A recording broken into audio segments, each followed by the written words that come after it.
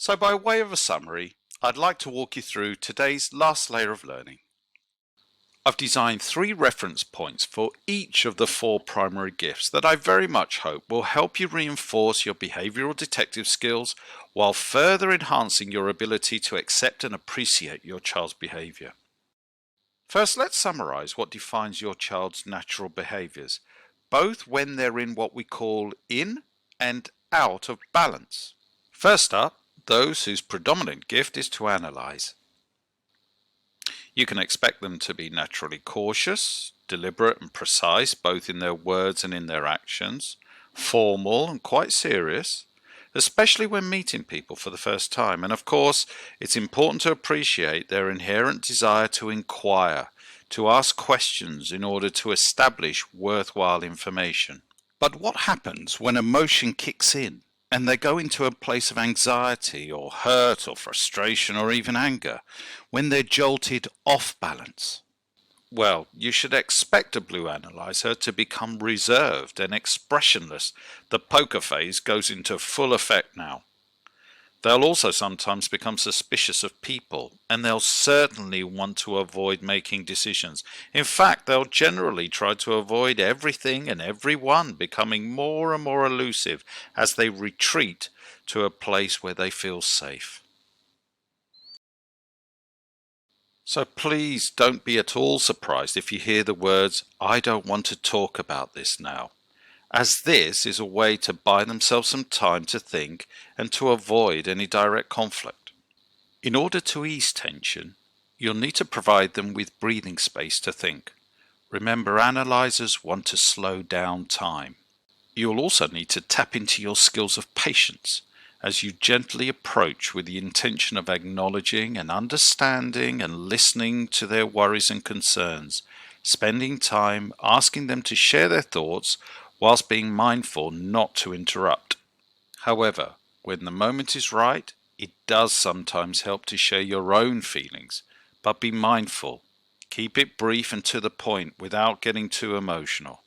Having calmly sat with them and gained your child's thoughts, it's always a good idea to step away and take a little time to consider how best to propose a logical, practical, step-by-step resolution to the issues. If you've identified your child's primary gift as that of a considered, careful analyzer, you are blessed with someone who loves to gather information and to take that information to find logical, rational answers. Although they may appear very serious at times, that's only because they can't see the point of meaningless conversations and interactions. They instead respond most favorably to a calm, preferably well-organized environment where there's clear, concise and rational communication that gives them an opportunity to ask questions and to gather knowledge and of course provides them the time to think. So simply, blue analyzers are inspired by parents who influence using rationality as they methodically walk through step by step how a problem will be solved. Relationships with blue analyzers take time to nurture and develop, so patience is the byword here. But believe me, that patience will be well rewarded. Now to those whose predominant gift is to initiate. Now their natural behaviors include being decisive, strong-willed, focused and competitive, while demanding high standards primarily of themselves as well as everyone around them. However, when emotion kicks in, their natural gifts go into a sort of overdrive, and therefore the initiator is seen as being aggressive and controlling, overbearing, dictatorial and intolerant. But the thing is here that the initiator doesn't notice any change in their behavior. It's only the rest of us that see this shift. So when in this emotional overdrive, expect to hear the words, "I'm not going to do it this way." So to ease tension, you need to put your body armor on and provide your initiator with the opportunity to vent, to air their frustrations. Of course, the significant challenge, though, for many parents here is resisting the urge to retaliate, however tempting, especially to correct them. However, if you keep your cool and don't try and dismiss or make light of a situation, once they've vented, You can both move on and quickly commit to actioning a solution or finding a resolution. So if you've identified your child's primary gift as being that of an initiator, you have in your hands someone who's focused on getting things done, a person who will respond very favorably to challenges, and is particularly motivated by being supported by those that are equally committed to getting things done efficiently and, of course, quickly. The common misconception here is that initiators are impersonal, pushy, and hard-hearted, a view based purely on observable behaviors. But below the surface, they are as warm, kind, and compassionate as anyone else. It's just that initiators like to-the-point conversations. They need to know what needs to be achieved and what the benefits will be to them, with the biggest motivators usually relating to saving time and effort. Red initiators are amazing movers and shakers. They make things happen, albeit in their own way. Therefore, the byword for nurturing your relationship with an initiator is freedom. Provide constant challenges that allow room for them to quickly put actions into place and just watch them fly. Now let's take a look at those whose predominant gift is to innovate. Social, persuasive, enthusiastic, expressive, and demonstrative. These are all key elements of their natural behavioral makeup. But add emotion into the equation and a sort of self-defense mechanism kicks in, so expect them to become what might be seen as manipulative or sometimes indiscreet, saying the wrong thing to the wrong person at the wrong time. Now, whilst blue analyzers, tend not to outwardly show their emotions, yellow innovators are the polar opposite. They clearly express their emotions, so expect to hear raised voices as they launch into an often scathing personal attack, which often is accompanied by frantic and impulsive physical behavior. My wife Jo can certainly vouch for experiencing the proverbial blowing a gasket type behavior. She's also very much used to hearing us say something like, "Forget it, I'm leaving this to you." However, she's mastered the skill of patiently listening and absorbing the verbal onslaught. And when the coast is clear, she then acknowledges our ideas. Jo then demonstrates her willingness to help move things forward by suggesting a number of mutually beneficial headline actions that are not too bogged down with too many conditions, rules, and details. So if you've identified your child's primary gift as being that of a talented innovator and influencer, you'll know that they constantly come up with ideas and love to feed off the enthusiasm of others. This stimulates and energizes them into action.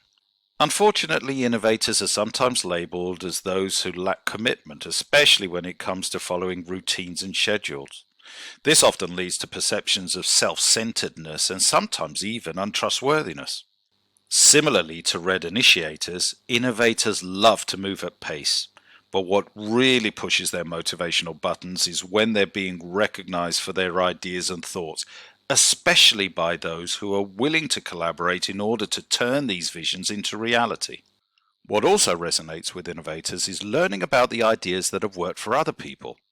So if you want to positively influence and incentivize an innovator, explain who else has benefited from the approach or solution that you're proposing.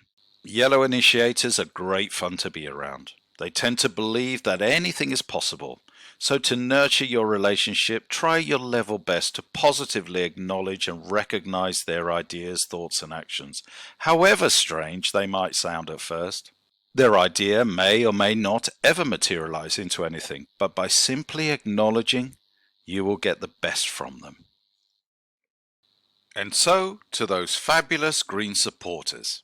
I'm sure it'll be of no surprise that sharing, patience, amiability, caring, and an easygoing nature all resonate when it comes to describing the behavioral gifts of a green supporter. As with yellow innovators, supporters take things more to heart. They first and foremost both like to be liked. Therefore, when certain emotions are triggered, green supporters can become defensive and lackluster as though all the energy has been sucked out of them, and they can be seen as being overly reliant on others. As with blue analyzers, supporters don't tend to show aggression outwardly, choosing instead to adopt a more passive-aggressive approach, especially when demonstrating their anger or frustration. So instead of arguing, they'll often avoid the confrontation and instead will allow a grudge to build that may end up becoming extremely deep-rooted. Another defense mechanism is to try and make others feel guilty and create a sort of sense of remorse. And be mindful that this approach is often delivered with a degree of sarcasm. Okay, we'll do this your way until I can do it my way. Some of the most influential people I've ever met in my life have this incredible talent to get what they want, but in a very subtle way. This, of course, is a fine gift, but not when the supporter is out of balance. So in order to save a young supporter from going into a place of deep-seated grudges and resentment and feelings of betrayal, be sure to provide them with breathing space to reflect, as trying to discuss a sensitive issue immediately is not going to help ease any tension. When the dust has settled, then gently enter into a discussion without rushing to the issue at hand. Instead, perhaps focus on making a little small talk at first. And try not to dominate the conversation if possible. Instead, provide ample room for the supporter to talk. It's so important for them to know they are being heard and have 100% of your attention. Providing assurance and encouragement is a huge part of easing tension and bringing a green supporter back into their comfort zone. It is at this point where finding long-term solutions that ideally serve the whole family becomes possible. It's so easy to forget time when you're in the company of a green supporter. The conversation flows and you feel as though you're the most important person in the world as they give you their full attention. However, supporters are equally at their best when they feel accepted and valued as an integral part of the family unit. Now, we use the word supporter to describe those with this gift very carefully, as we regard supporting others as key to being one of life's leaders. Therefore, it would be unfair to label supporters as those who don't take responsibility and are overly reliant on others. These behaviors only rear their head when unhelpful emotions are triggered and not when they're being their best self. So what helps create that positive environment? Well, it's one where there's lots of approval and reassurance, and one where breathing space is given for the young person to consider and accept new ideas or thoughts. Green supporters tend to lead very principled lives. Therefore, when trying to influence, be sure to focus on the practical or moral whys, the reasons behind your solution or resolution.